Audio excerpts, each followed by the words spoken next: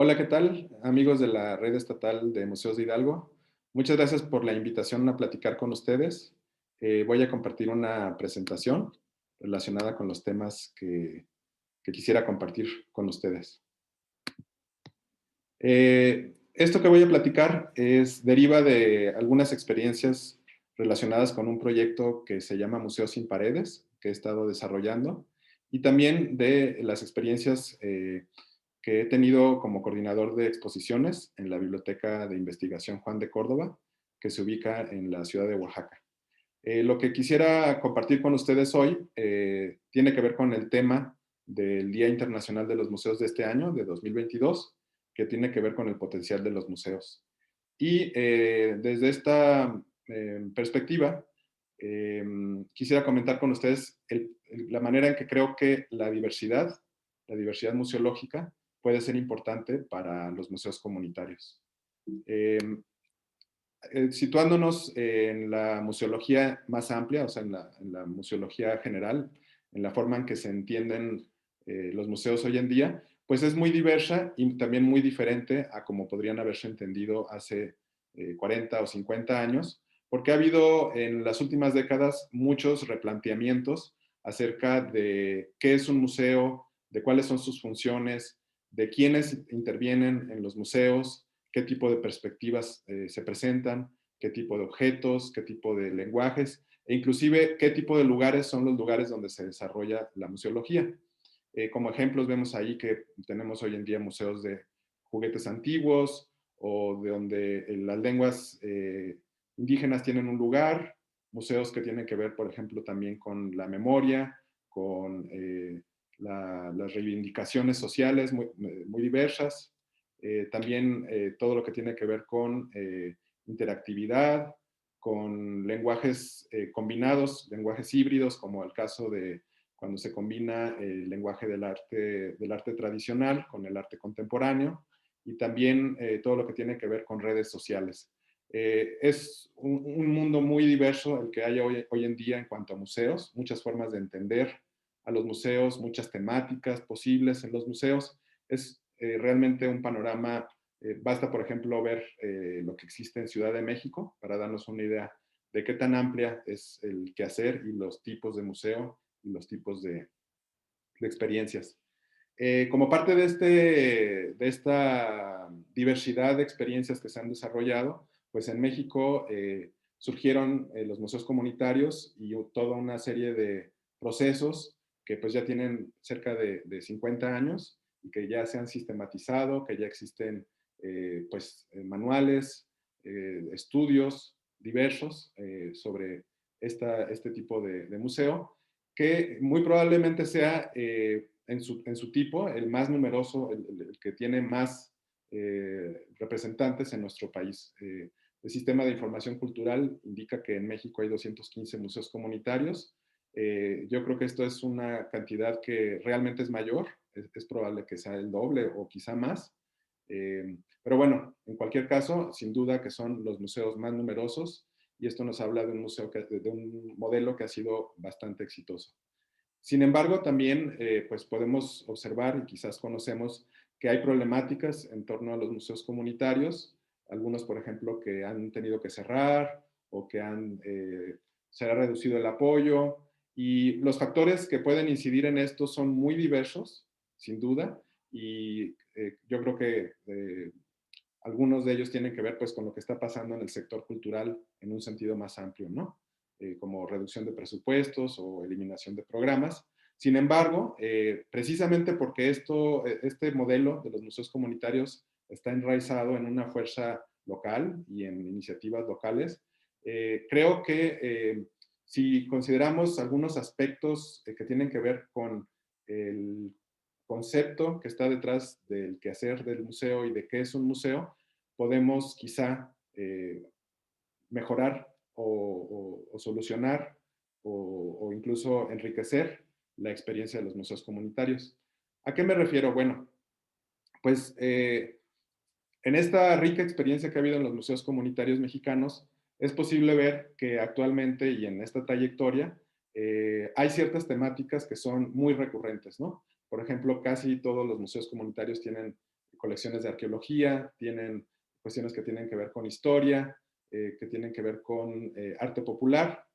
Y también es posible ver que en muchas ocasiones el museo se ha concentrado en reunir objetos, en reunir colecciones, esa ha sido como una de sus principales tareas. Y nada de esto es un problema en sí mismo. Lo que considero que podríamos revisar es que las opciones son más amplias, o sea que estas podrían ser unas entre un rango más amplio de opciones, ¿no? De pronto tenemos a veces museos que son muy contemplativos, museos comunitarios me refiero, donde no hay mucha interacción, donde tampoco hay mucha historia que acompaña o interpretación que acompaña los objetos, donde a veces nada más los podemos observar y no hay un contexto que nos, pues que nos dé una idea de lo que estamos conociendo y observando o de lo que está viendo la gente del lugar, ¿no? Ahí ven en estas fotografías algunos ejemplos. Me gustaría comentar que a pesar de que estas son las tendencias generales, sí es posible ver, y esto es algo de lo que he estado pues documentando en años recientes, que hay en realidad experiencias que se salen de estas pautas más generales y me gustaría compartirles algunas de ellas. Por ejemplo, un caso es el de este museo que está en San Juan Raya, en la Mixteca Poblana. Es un museo de paleontología que tiene, además de lo que son las temáticas de fósiles marinos y de fósiles terrestres, además tiene toda una sala dedicada a cuestiones que tienen que ver con biodiversidad y también otra que tiene que ver con arqueología y con la cultura de la región. Este museo tiene, digamos, su espacio cerrado, sus colecciones, pero también tiene colecciones y recorridos al aire libre. Los visitantes pueden también conocer los yacimientos de fósiles, las huellas de dinosaurio, las plantas destacadas que hay en esta región, los ecosistemas. Y todo esto es parte del museo, del proyecto del museo. Esto es una experiencia que se ha desarrollado con apoyo de 2 universidades. Y bueno, es un caso. Otro más que me gustaría compartirles es de este Centro Cultural Comunitario que está en el estado de Yucatán, en Yaxuná, se llama la comunidad. Y es un museo, tiene un museo, pero además tiene un jardín botánico, tiene espacio para talleres, tiene un cenote, en fin, es un espacio integral y en los 2 proyectos que he presentado, algo muy importante es la participación de los jóvenes. Esto tiene que ver con los esquemas de gestión. Sabemos que los museos comunitarios muchas veces se han apoyado en lo que son los cargos comunitarios que recaen en adultos, pero estos 2 proyectos han encontrado una manera de combinar eso, ese tipo de esquema, con una participación muy activa de jóvenes. Y esto les ha dado un tono y una participación muy interesante. Otro ejemplo más, estos jardines medicinales que también están en Yucatán, en los que se conserva el conocimiento de la medicina tradicional, de los médicos tradicionales, pero también se conservan las plantas vivas e inclusive se elaboran productos y se dan servicios de salud comunitarios. Es un tipo de experiencia que se ha desarrollado en esta región. Otro ejemplo, este está aquí en Oaxaca, en San Pablo Etla. Es un centro de educación ambiental desarrollado por la comunidad, en el que también tenemos elementos de arte al aire libre y tenemos colecciones de agaves, un pequeño jardín botánico de agaves y también elementos de arquitectura de madera. Un mariposario, en fin, todo está centrado en la naturaleza, en el contexto ambiental y un elemento muy interesante que le añadieron aquí es el artístico y parte de ello está al aire libre. Ahí pueden ver en las imágenes esto que les platico. Otra experiencia aquí en Oaxaca, una comunidad que desarrolló su museo físico, pero además desarrolló un museo virtual. Esta comunidad que se llama Soquitlán, pueden conocerla a través de sus redes sociales. Y también esta es una experiencia derivada de la Biblioteca Juan de Córdoba. Tiene que ver con objetos que no están físicamente en la comunidad, sin embargo, sus significados, su historia y su interpretación son sin duda de interés para la comunidad. Aquí tenemos, por ejemplo, objetos que uno de ellos está en Inglaterra, el rollo Selden, Otros son unos atlatl, unos lanzadardos rituales de madera que están en el Museo del Indígena Americano en Washington. Y son objetos que físicamente están fuera del alcance de las comunidades. Sin embargo, gracias a que hoy en día es posible conseguir fotografías en alta resolución y que los museos y los repositorios digitales en muchos casos facilitan los derechos de uso de estas imágenes, pues hemos podido generar exposiciones donde niños y jóvenes de la región pueden conocer elementos patrimoniales vinculados con su historia.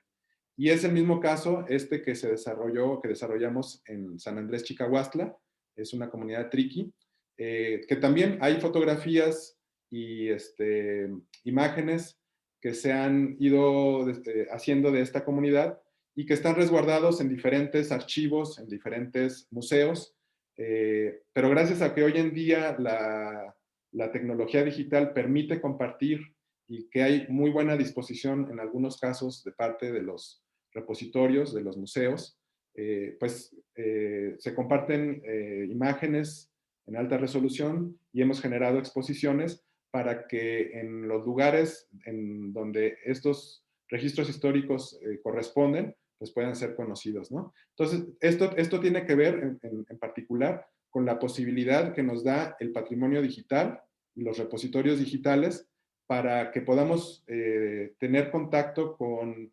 elementos que están en otras partes del mundo, sean documentos históricos, fotografías, objetos, grabaciones, fonogramas, etcétera, ¿no? Finalmente, quiero comentar la importancia de las exposiciones itinerantes. Eh, se trata de una exposición que se crea y que se lleva a varios lugares. Este ejemplo que les voy a platicar lo desarrollamos en relación a un estilo arqueológico de la Mixteca Baja, el estilo Ñuñe, y esta exposición que platica qué es el estilo Ñuñe y cuáles son sus características, fuimos llevando a 5 comunidades en donde existen colecciones y objetos de este estilo. Entonces, no había necesidad de mover ninguna pieza. En los museos comunitarios, en los palacios municipales, se puso la exposición y se explicaba en lo general el estilo Ñuñe, pero también se interpretaban las piezas locales. La gran aportación que pueden tener las exposiciones itinerantes consiste en que, por una parte, los recursos económicos que se invierten se optimizan porque con una sola exposición se pueden atender varias comunidades y también que es posible generar dinámicas regionales, también que permiten generar vínculos entre museos, entre comunidades, entre investigadores, en fin, generar redes, ¿no? En el estado de Hidalgo, algunos de ustedes pudimos tener algún tipo de dinámica relacionada con esto, con la exposición de Antonio Peñafiel, que se desarrolló aquí en Oaxaca, se presentó aquí en Oaxaca, la desarrollamos y después se amplió y se presentó en Atotonilco el Grande y en algunas otras comunidades de Hidalgo. Entonces, pudieron tener algunos de ustedes un contacto directo con este tipo de estrategia. Y bueno, pues son algunos ejemplos nada más. El tiempo no permite ahondar, pero si les quisieran conocer un poco más de información, les invito a visitar las redes sociales de la Biblioteca de Investigación Juan de Córdoba y del proyecto Museo Sin Paredes, donde pueden conocer un poquito más de detalles.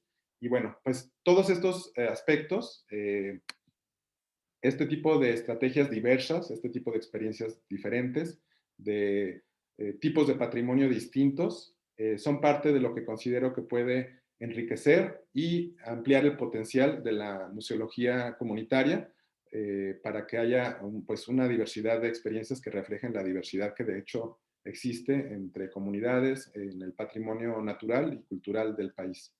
Muchas gracias y que tengan muy buen día.